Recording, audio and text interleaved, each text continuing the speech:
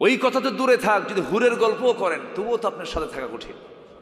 কিন্তু দেখো জান্নাতে আল্লাহ তাআলা অনেক হুর রাখছে। রাগের ঠেলাই কবে হুরের গল্প শুরু করছো না, ওই দিক হয়ে শুয়ে থাকো, খবরদার আমার দিকে তাকাবো না কিন্তু। তারা হুরের সাথেও হিংসা করে, এটা মেয়েদের নেচার। এটা আমার নবীজি দোয়া করেন, আল্লাহ আমার খাদিজাকে জান্নাত দাও। পিছন থেকে আম্মা জান আয়েশা বলে, বুড়ির জন্য এখনো কান্দা লাগে। কি কথা কি বুঝতেছেন আপনারা? এটা মেয়েদের নেচার। এটা আল্লাহ পাক তাদেরকে ওইরকম করে বানিয়েছেন।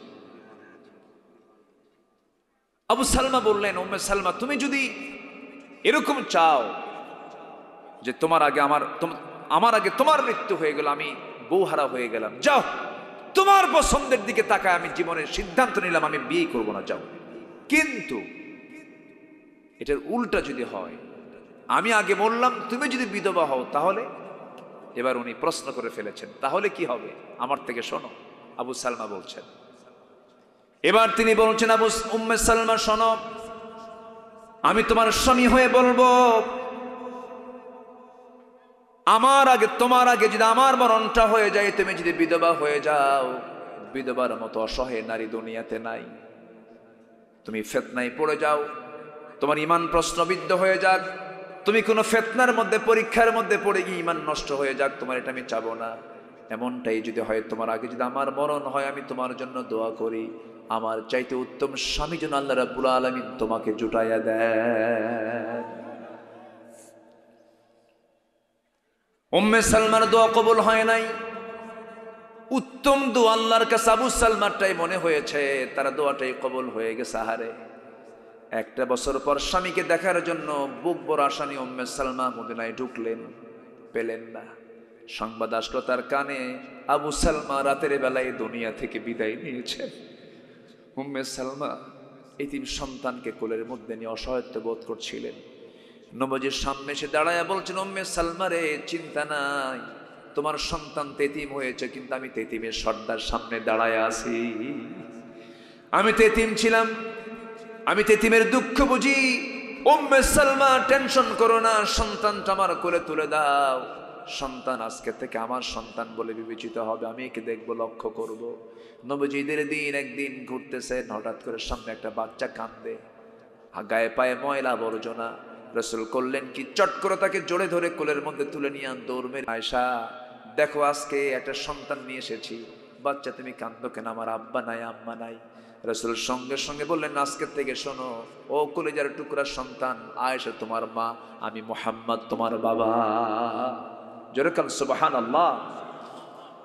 উম্মে সালমার সন্তানকে রাসূল সন্তান বানায় নিলেন এবং সঙ্গে সঙ্গে বললেন, উম্মে সালমা চিন্তা করো না, তোমার বিয়ের ব্যবস্থা করে দেব, অনেক আমার পছন্দের সাহাবী আছে। উম্মে সালমা বলছেন, ইয়া রাসূলুল্লাহ আমাকে মাফ করে দিবেন, এই কথা বলবেন না।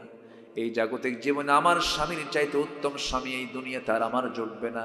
এই জাগতিক জীবনে আমি কোনো স্বামী গ্রহণ করতে চাই না, আমার স্বামীর কোনো প্রয়োজন নাই। কিন্তু আমার আল্লাহ তাআলা আবু সালমার দোয়া কবুল করে নিয়েছেন বহু আগে। আল্লাহ পাক তার ফেরেশতাকে পাঠায় দিয়ে রাসূলকে জানায় দিলেন, হে রাসূল, উম্মে সালমার জন্য পৃথিবীতে একজন পুরুষ উপযুক্ত, সেটা হচ্ছেন আপনি, বিশ্বনবী মুহাম্মদ সাল্লাল্লাহু আলাইহি সাল্লাম। জোরে বলি আল্লাহু আকবার। ঈমান আনার পরে যদি আপনি ত্যাগ স্বীকার করতে পারেন, ঈমানের পুরস্কার কে দেন? আসতে বলবেন না, কে দেন? কে দেন?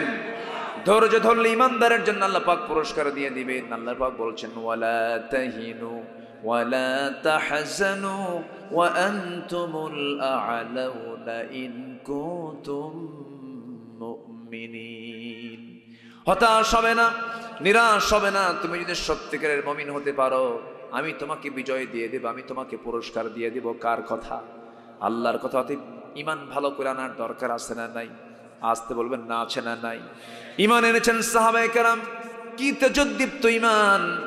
জিহাদের ময়দানে যুদ্ধ করতে গিয়া কাপড় পর্যন্ত পরতে পারেন নাই সেই সাহাবী, যে সাহাবী একদিন যে কাপড় পরতেন অন্যদিন সে কাপড় পরতেন না। মডেলিং ছিলেন তিনি, যে আতর একদিন লাগাতেন সেই সেন্টটা দ্বিতীয় দিন লাগাতেন না। রাস্তা দিয়ে যখন যেতেন তিনি, তখন মানুষ বলতে এই দিক দিয়ে অবশ্যই ওই লোকটা গেছে, মুসআব বিন আমির গেছে। পোশাক আলাদা, সুগন্ধি আলাদা, মডেলিং আলাদা। কালেমা পড়লেন, মুসলমান হয়ে গেলেন, এতটা সিম্পল হয়ে গেলেন। সমস্ত সম্পদগুলো তার কাছ থেকে ছিনতাই হয়ে গেল, সব নিয়ে চলে গেল। এতটা অসহায় হয়ে গেলেন, নবীর সঙ্গে হিজরত করে চলে গেছেন। যুদ্ধের ময়দান যখন চলে আসছে, যুদ্ধের ময়দানে সেই বিলাসী সাহাবী, অত্যন্ত খরচ করতেন যে সাহাবী, আতর লাগাতেন, সেন্ট লাগাতেন, কাপড় নতুন নতুন পরতেন, কিন্তু যুদ্ধের ময়দানে যখন তিনি যুদ্ধ করতে গেছেন সেই সময় খালি একটা চাদর গায়ে দিয়ে যুদ্ধ করতে গেছেন। যুদ্ধ করতেন, এক পর্যায়ে তিনি শাহাদত বরণ করলেন। সাহাবে কেরাম তাকে কাফন দাফন করবেন, কিন্তু পারতেছেন না। শত জিহাদের ময়দানে যারা শহীদ হয়ে যায়, গোসল করানো হয় না, অন্য কোনো কাফনের কাপড় দেওয়া হয় না, যে কাপড় পরে তারা শহীদ হয়ে যায় সেই কাপড় রক্তমাখা কাপড় দিয়ে তাকে দুনিয়া থেকে বিদায় দেওয়া হয়। কিন্তু সেদিন তিনি এত ছোট্ট কাপড় পরে যুদ্ধে অংশগ্রহণ করেছিলেন, একটা ছোট্ট চাদর, যে চাদর দিয়ে মাথা ঢাকলে পা ঢাকে না, পা ঢাকলে মাথা ঢাকে না। বুখারী শরীফের হাদিস এটা আসছে। পা দিলে পরে মাথা ফাঁকা থেকে যায়, মাথায় চাদর দিলে পরে পা ঢেকে যায়।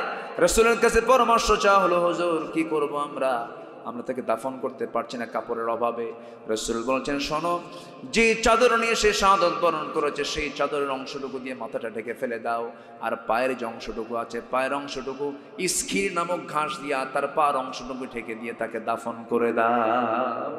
যেরকম সুবহানাল্লাহ। এটা হলো মজবুত ইমান। কি ইমান বলেন? মজবুত ইমান। অভাব পড়ে গেছে, ইমান ছুটে গেছে, এরকম আছে না নাই? আছে না নাই বলেন? আমার নবীজি মক্কা থেকে মদিনায় হিজরত করলেন। মক্কারও একজন বড় সাহাবী ছিলেন, বিশাল বড় ধনী মানুষ, হাজার হাজার কোটি টাকার মালিক।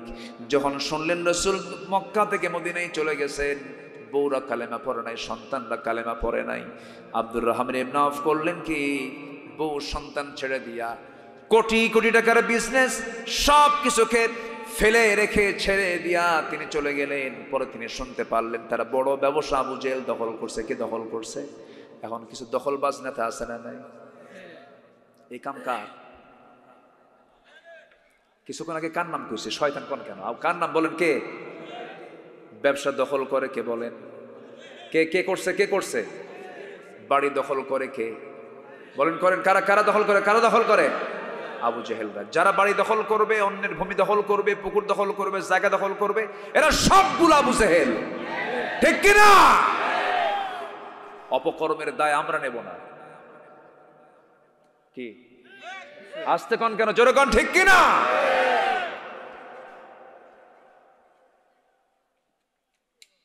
একজন তো পালানোর সময় ভাতও খেতে পারে নাই। জানেন না আপনারা? জানেন না আপনারা? ভাত খেতে পারে নাই, কিন্তু রান্না হয়েছে, কপালে জোটে নাই খাওয়া। ব্যাগটা গোছাবে, শাড়িগুলো গোছাবে, তাও হয় নাই। বিমানে চড়বে, এয়ারপোর্টে যাবে, তাও হয় নাই। ভাঙ্গা হেলিকপ্টারে কিন্তু দিল্লি পৌঁছছে। ঠিক কিনা? অপরাধ যদি করতে করতে যদি অপরাধের পরিমাণ বেশি হয়ে যায়, এমনও হতে পারে উনি তো ভাঙ্গা একটা হেলিকপ্টার পাইছে। দুর্নীতি যদি সেই একই কায়দায় শুরু হয়, ভাঙ্গা হেলিকপ্টারও জুটবে না। কি ঠিক আছে তো? ইমান ভালো করে আনবো আমরা। ওয়ামিলা সালিহান, ভালো আমল করব। মানুষের জমি দখল করব, এটা ভালো আমল নাকি? মানুষগুলো কিছু কয় না, বুঝলাম না, বাড়ি যায়ও না, কিছু না। একটু যাওয়ার চান্স নিলে আমি তো শেষ করতে পারি।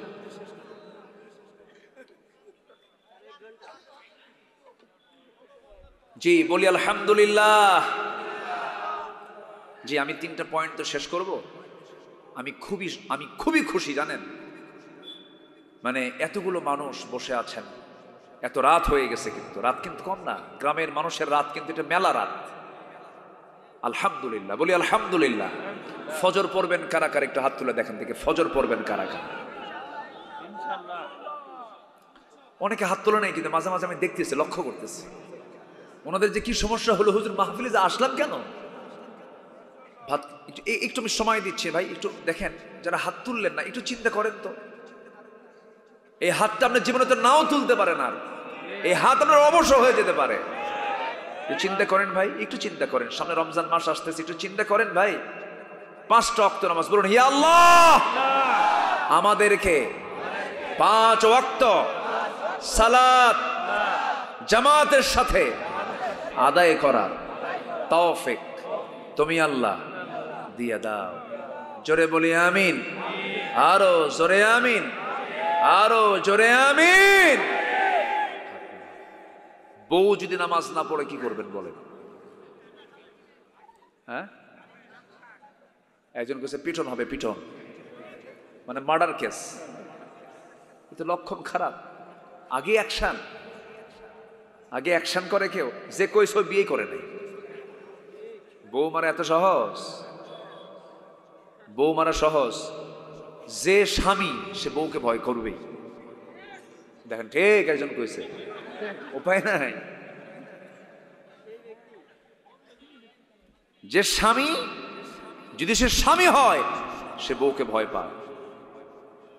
যে বউয়ের মতো বউ সেও স্বামীকে ভয় পায়, ঠিক কিনা? স্বামীও ভয় পায়, বউ ভয় পায়। কি কথা ক্লিয়ার? কোনদিন স্বামী স্ত্রীর মধ্যে দ্বন্দ্ব লাগবে না। আমি একটা আজকে মেডিসিন দিয়ে যাই, কোনদিন লাগবে না। শুধু একটা আমল আপনারা আমার এই কথাটার আমল করবেন, একটা আমল। সেটা হলো স্বামী স্ত্রীর ভিতরে শুধু একটা কথা যদি বেশি ঘন ঘন চালু হয়, সেটা হলো দুঃখিত, সরি। কি কথা কি বোঝা গেল? মানে আমি সরি, ভুল হয়ে গেছে, শেষ, কিচ্ছু লাগবে না আর, এখানেই শেষ। কোনো দরবার, কোনো সালিশ, কাউকে ফোন দেওয়া, চেয়ারম্যান ডাকো, মেম্বার ডাকো, বাপ ডাকো, শ্বশুর ডাকো, কিচ্ছু লাগবে না। খালি বলতে হবে কি? সরি। কি বলতে হবে? সরি,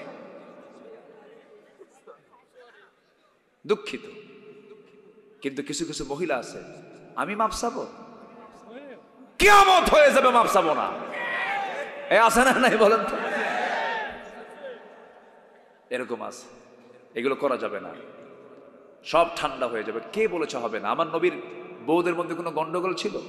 তাহলে আমার নবীর বউদের মধ্যে গন্ডগোল, আমার স্ত্রীর মধ্যে গন্ডগোল হবে কেন? আমরা তো সেই নবীর উম্মত, আমরা আল্লাহু আকবার বলি।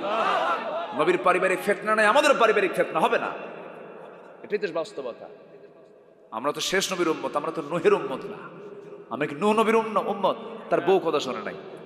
লূত আলাইহিস সালাম তার বউ কথা শোনে নাই। আমরা তো সেই নবীর উম্মত না, আমরা শেষ নবীর উম্মত। আমার নবীর স্ত্রীর হিস্টোরি যা ছিল আমাদের সে এটার সঙ্গে মিলে যাবে, জোরে বলি ইনশাআল্লাহ। আমার নবীর 4 স্ত্রী, কি মোহাব্বত ছিল দেখেন।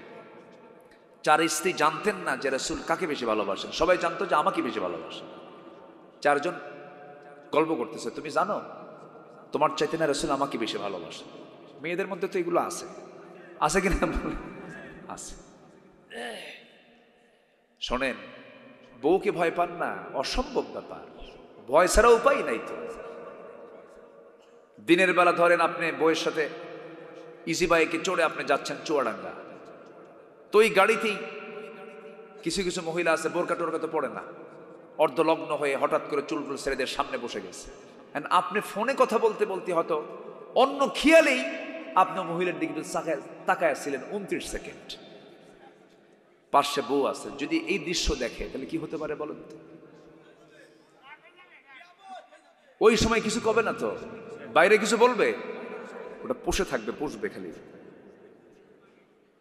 সন্ধ্যার পর বাড়ি ফিরেছেন, বাড়ি ফেরার পরে যখন বলবেন ঝর্ণা সুইটি 1 গ্লাস পানি দাও তো, ওই দিক থেকে জবাব আসবে থাও তোমার সুইটি। কি ঠিক কিনা বলেন? তুমি চায়া থাকো আরেক দিকে, তুমি চায়া থাকো আরেক দিকে। আপনার হার্ট যদি দুর্বল হয়,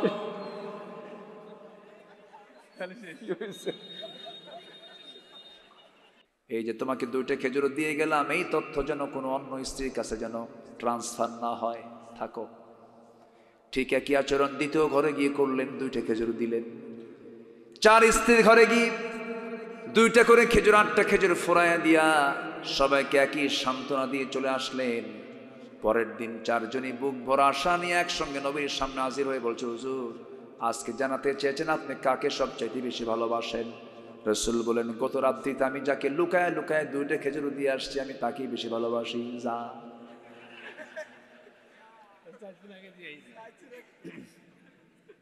জোরে বলি সুবহানাল্লাহ।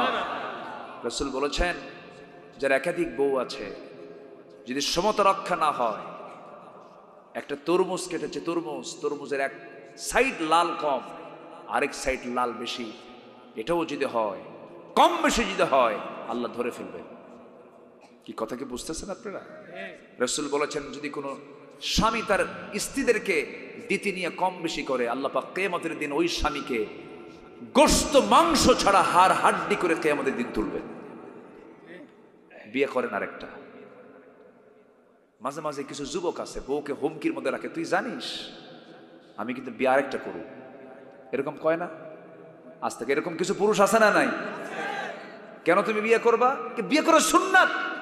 দেখছেন মুফতি সাহেব ফতুয়া দিল, বিয়ে করা সুন্নাত তো ভালো কথা, কিন্তু হক আদায় করা কি সুন্নাত না ফরজ? এ হক আদায় করতে পারবেন? এত সস্তা? সস্তা না। রাসূল পেরেছেন, আল্লাহ বলছেন, ফাইন খিফতুম আল্লা তা'দিলু ফাওয়াহিদাতান, তুমি যদি আশঙ্কা করো ইতিদাল করতে পারবে না, আল্লাহ তা'দিলু ফাওয়াহিদান, তখন তোমার জন্য একটাই যথেষ্ট। বলেছেন কে? আমার মায়েরা খুব খুশি, হুজুর আপনি খুব ভালো। বিয়ে যদি করতে হয় একাধিক, বিধবাকে করেন। আপনার চাইতে 15 বছরের বড় মহিলাকে করেন। রাসূল তো তাই করছে, ওই সুন্নাত করেন। কি এখন তার কেউ রাজি নাই? নবী বিয়ে করেছেন, নবীর চাইতে বয়সে কত বছরের বড়? 15 বছরের বড়। এটা সুন্নাত। তাহলে আপনি যদি বিয়ে করতেই চান 2টা, তাহলে 15 বছরের একজন বুড়ি মহিলা বিয়ে করেন, এটা সুন্নাত। না জেনে না বুঝে আমরা অনেক কথাই বলি। রাসূল বিয়ে করেছেন কাদেরকে? যাদের কোনো যৌবনই নাই, যুদ্ধের ময়দানে আটকা পড়ে গেছে, স্ত্রীত্বের মর্যাদা দিয়েছেন। নবীজির চাইতে বয়স অনেক বড়, তাদেরকে বিয়ে করেছেন। এবং আম্মাজান খাদিজাকে রাসূল বিয়ে করেছেন 25 বছরের টকবকে যৌবন বয়সে। উনি থাকতে রাসূল দ্বিতীয় কোনো বিবাহ করেন নাই, এবং তিনি বলেছেন, আমার খাদিজা যদি আমার সঙ্গে যদি জীবনের শেষ সময় পর্যন্ত বেঁচে থাকতো, আল্লাহ পাক আমাকে দ্বিতীয় কোনো বিবাহের অর্ডারই দিতেন না। তাহলে কি বোঝা গেল? রাসূল বিয়ে করেছেন কার অর্ডারে? আর আপনি বিয়ে করবেন কার অর্ডারে? কি কথা বুঝতেছেন কি? সাবধান। হ্যাঁ, যদি আপনি জেনার আশঙ্কা হয়ে যায়, জেনা তো করা যাবে না। জেনা থেকে বাঁচার জন্য আল্লাহ পাক বলছেন, হ্যাঁ জেনা করো না, আকাম কুকাম করো না, বিয়ে করে নাও। কি আমার কথা কি বুঝতেছেন আপনারা? আবার কিছু বউ আছে, যা কর কর, সাইনবোর্ড কিন্তু একটাই, বউ করে ঘরে আনা যাবে না। এরকম কিছু মহিলা আছে না নাই বলেন? ওটা আরেক শয়তান। ওরকম শয়তান মার্কা কিছু মহিলা আছে না নাই? স্বামীকে জেনা করতে বলে, তুই জেনা কর, বিয়ে করবি না। আসেন এরকম আসেন? এটা আবার কেমন কথা? এটাও জায়েজ নাই। আল্লাহ তুমি সবাইকে বোঝার তৌফিক দিয়ে দাও। এত সুন্দর করে একদম মিশে গেছে আপনাদের সাথে আমি আলোচনা করতে গিয়ে, কোথায় থেকে যেন কোথায় চলে গেলাম। 3টা কাজ। কয়টা কাজ বলেন? তওবা। আমরা সবাই তওবা করতে রাজি আছে তো? নাম্বার 2 ঈমান আনা। কি আনা বলেন? কি ঈমান আনা? ওই যে ঈমান আলীর মতো ঈমান আনা, হ্যাঁ ওই যে সাহাবীদের মতো, ঠিক আছে না? জোরে বলি ইনশাআল্লাহ। আচ্ছা, নাম্বার 3 হলো ওয়া আমিলা সালিহান, এবং নেক আমল করা। নেক আমল মানে হলো শুধু ওই তাসবিহ তাহলিল করা নয়, শুধু নফল নামাজ পড়া নয়, শুধু জিকির আজগার করা নয়। নফল নেক আমলের মধ্যে একটা আমল আছে, বিধবার ঘরে কোনো খাবার নাই, একটা গরু কিনে দিলেন। এতিমকে দেখেন কেউ নাই, তার জন্য 1 সেট বই কিনে দিলেন। আমি যেদিন এই হাদিসটা পড়েছি, যে বান্দা একটা ইতিমের তত্ত্বাবধান করবে, আল্লাহ রাব্বুল আলামিন তাকে এত সওয়াব দিবেন। রাসূল বলেছেন, আমি এবং ওই ইতিমের তত্ত্বাবধান করে জান্নাতের মধ্যে কাফিরুল ইতিমের সাথে আমি জান্নাতের মধ্যে 2 নখের দূরত্ব অবস্থান করব। যেরকম সুবহানাল্লাহ। সেই দিন থেকে আমি একটা ইতিমখানা নিজেই চালাই। ওই হাদিসটা যেদিন পড়ছি, কাল্লা এই চান্স আমি দুনিয়াতে ছাড়তে চাই না। আমি একটা ইতিমখানা নিজেই চালাই। ওদের দিকে তাকালে মনে হয় সন্তানগুলো আমারই সন্তান। আমি যখন ঢুকি ইতিমখানায়, সব বাচ্চাগুলো ঝাঁক মেরে এসে আমাকে জড়িয়ে ধরে। বাপটা নাই, নিজের মধ্যে একটা আত্মতৃপ্তি চলে আসে। এগুলো নেক আমল। এগুলো কি আমল বলেন তো? নেক আমল। বোন সম্পত্তি পাবে, বোনকে বুঝাই দেবো, কৃপণ হব কেন, এটা নেক আমল। দেখবেন অনেক হাজি আছে, হজ করে আসে 3 বার 4 বার, বোনের সাথে সম্পর্ক নাই, কেন? জমি নিতে আসে দেখে কথা কয় না। শোনেন, এখন গেলে কিন্তু খবর আছে, যে যাবে ভাববো ও বোনের সম্পত্তি দেবে না, এই জন্য চলে যাচ্ছে। বসেন, ঘরে ঘরে এই সমস্যা আছে না নাই বলেন তো? বোনকে সম্পত্তি দেয় না, এদেশের অধিকাংশ লোকই দেয় না। বোন যে সম্পদ পায় এটা ভাবি না, কিসের রে বোন পাবে, বোন কিসের জন্য পাবে? আছে কিন্তু এরকম। এবং গ্রামের মাতব্বর কিছু শয়তান আছে, টাকা খায়া উল্টা ভাইদের পক্ষে কথা বলে, এরকম কিছু মাতব্বর আছে না নাই? মাতব্বরি করো, আল্লাহর সীমানা, আল্লাহর হুকুম উল্টা পাল্টা করে আরেকজনের বিরুদ্ধে রায় দিয়ে দিবা, বনের সম্পত্তি থেকে বনকে মাহরুম করবা, কিয়ামতের দিন জাহান্নামে যেতে হবে তোমাকে। যা পাবে দিয়ে দিবেন। মারা গেছে বাপ, পরের দিন ডাকবেন, কোনো কুলখানি নাই, কোনো জিয়ারত নাই, এতিমখানায় মাল টাকা পয়সা দিয়ে দিবেন, খরচ টরচ দিয়ে দিবেন, সবাইকে ডাক দিয়ে বলবেন, বোন তোরা যা পাস সমান সমান ভাবে নিয়ে নে, দোকান 10টা তোর 2টা নিয়ে যা, বিলের জমি ওখান থেকে নিয়ে যা, মার্কেট ওখান থেকে নিয়ে, যেখানে যেখানে আছে সেখান থেকে তোমার যে অংশ তুমি বুঝে নাও। কি আসতে কন কেন? এটার নাম নেক আমল। এটার নাম কি? নেক আমল। বোনকে দেয় না, বোনকে আরো পাম্পট্টি দেয়, জানেন? মেয়েরা তো প্রশংসায় পঞ্চমুখ। কিছু ভাই আছে খুব চালাক, বোনদেরকে ডাক দিয়া পার্শ্বে বসাইয়া গল্প গুজব করে। কি কি নেই? কুমিল্লার রসমালাই, টাঙ্গাইলের চমচম, নাটোরের কাঁচাগোল্লা, বগুড়ার দই, যশোরের খই, চুয়াডাঙ্গার কি পান, আচ্ছা যাই হোক, মিষ্টি পান, সবগুলো নিয়ে বসে বসে শীতকালে দাওয়াত দেয়, জ্যৈষ্ঠ মাসে দাওয়াত দেয়, বোনকে সব খাওয়ায়া দিয়া, মিষ্টি টিষ্টি খাওয়ায়া দিয়া, বোনের জন্য 2 ভরি স্বর্ণের চেন কিনে নিয়ে আসে। 2 ভরি স্বর্ণের চেনটা গলার মধ্যে ঢুকায় দিয়া বলে, বোন তেমন কিছু খেদমত করতে পারলাম না, একটা কথা বলি বোন, তুমি জানি তুমি সম্পত্তি পাবে, তুমি আমার বোন, তোমার সম্পত্তি তোমার, অবশ্যই তোমার, কিন্তু একটা কথা বলি কি বোন, রাগ করো নাকি, অংশ নিলেও কিন্তু ধ্বংস হয়।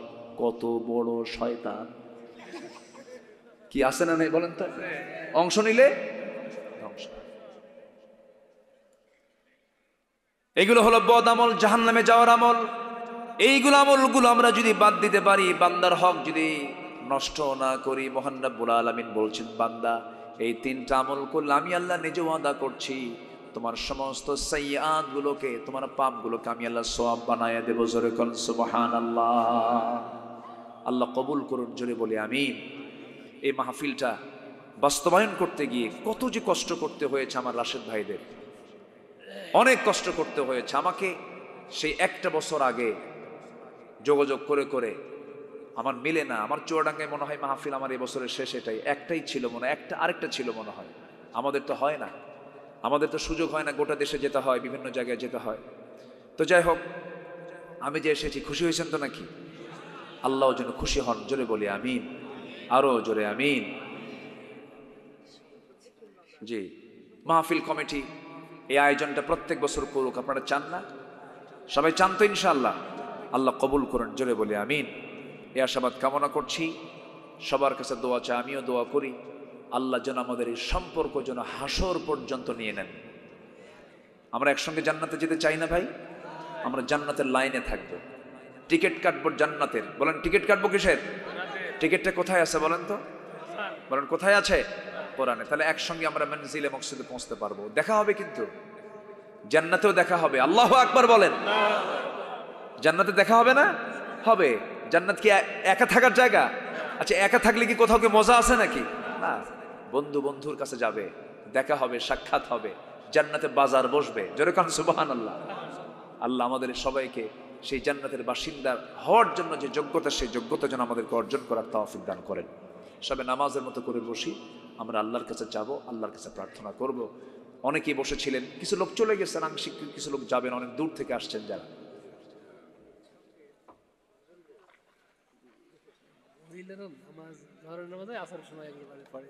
ও আচ্ছা, মেয়েদের নামাজে অনীহা আছে একটু না?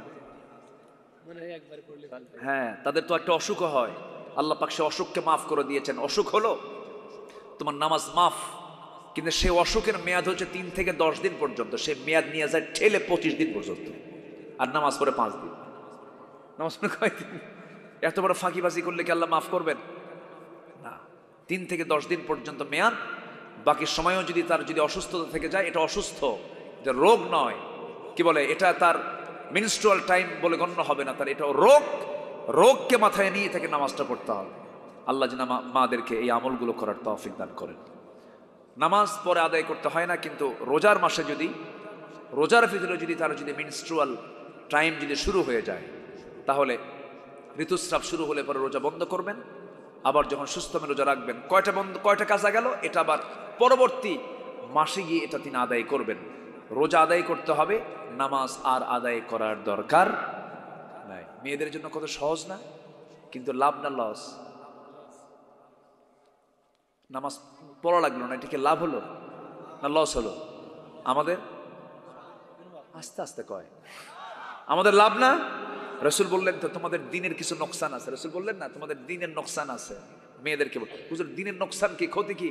তোমাদের নামাজ মাঝে মাঝে পড়া লাগে না, এটা তোমাদের লস, আর আমাদের এটা লস নাই। যেরকম সুবহানাল্লাহ। হ্যাঁ,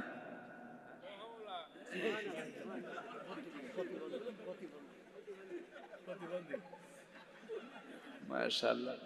আমার মাহফিলে এরকম কিছু কিছু লোক পাওয়া যায়, মাঝে মাঝেই দেখি। এর মাঝখানে একবার আমি মঞ্চে আলোচনা করছি, অনেক বড় মাহফিল, তো এই গেট টেট দিয়া সবগুলো কেমনে আরো প্রোটেকশন ছিল। আমাদের মাহফিল কিছু কিছু তো এমন ভাবে থাকে যে ঢোকার কোনো কায়দা নাই। তো দেখি যে ওই প্রতিবন্ধী ছেলেটা উঠে আসছে, একদম মঞ্চে উঠে, চেয়ার ছিল ফাঁকা, বসে গেছে। হ্যাঁ, যে সানগ্লাস পরে হলো দিনের বেলা, ও সানগ্লাস পড়ছে রাতের বেলা, তুলে ঠ্যাং দুটো উপরে তুলে বসে আছে। সবাই দেখে হাসে, আমি আর টের পাই না, আমি তাকায় দেখি ওই এ সভাপতি কোন জায়গা থেকে আসে, ওই সাইজ, বুঝলেন?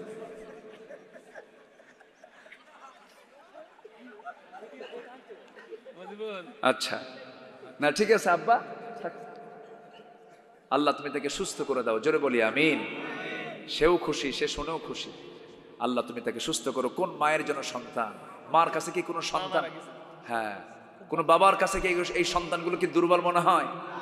বাবার কাছে সন্তান সন্তানই।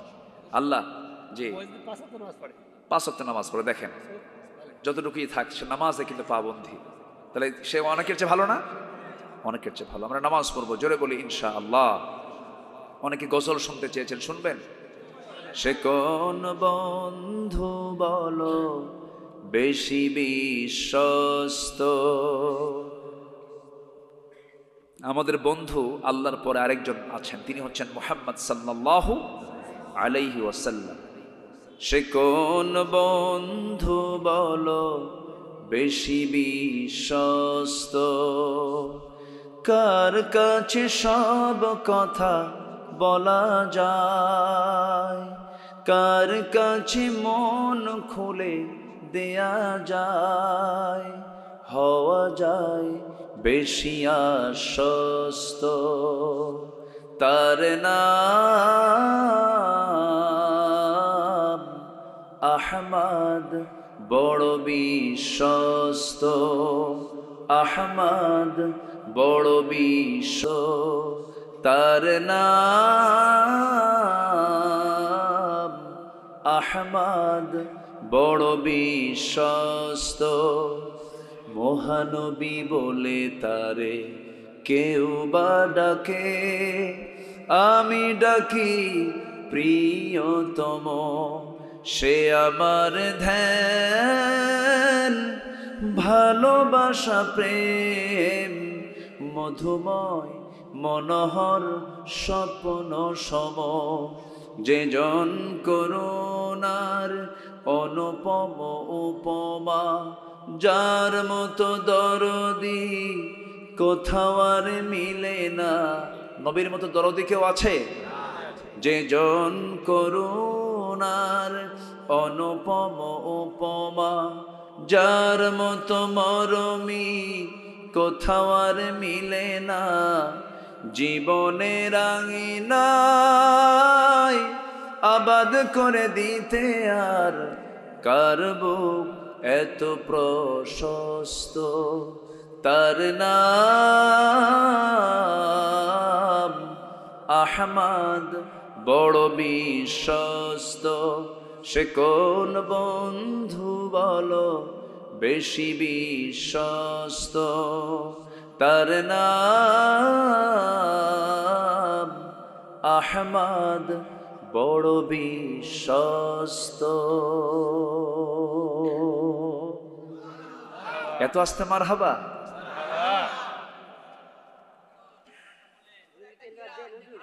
জি সম্মানিত ভাইয়েরা, অনেক মা বোন বাচ্চা কাচ্চা নিয়ে আসছে না, অনেক দূর থেকে নিয়ে আসছে। আল্লাহ তুমি সবার সফরকে নিরাপদ করে দাও, বাড়ি পর্যন্ত যাওয়াকে তুমি আল্লাহ নিরাপদ করে দাও। জোরে বলি আল্লাহুম্মা আমিন। সবাই নামাজের মতো করে বসি, নামাজের মতো করে তাশাহুদের সূরাতে আমরা বসি, সবাই বলে সুবহানাকাল্লাহুম্মা ওয়া বিহামদিকা আশহাদু আল্লা ইলাহা ইল্লা আনতা আস্তাগফিরুকা ওয়া আতুবু ইলাইকা। সম্মানিত ভাইয়েরা, যতটুকু হয়েছে, অনেক রাত তো 12:30 ক্রস হয়ে গেছে, যতটুকু হয়েছে আমরা বলে ফেলি আলহামদুলিল্লাহ। আল্লাহুম্মা আমিন।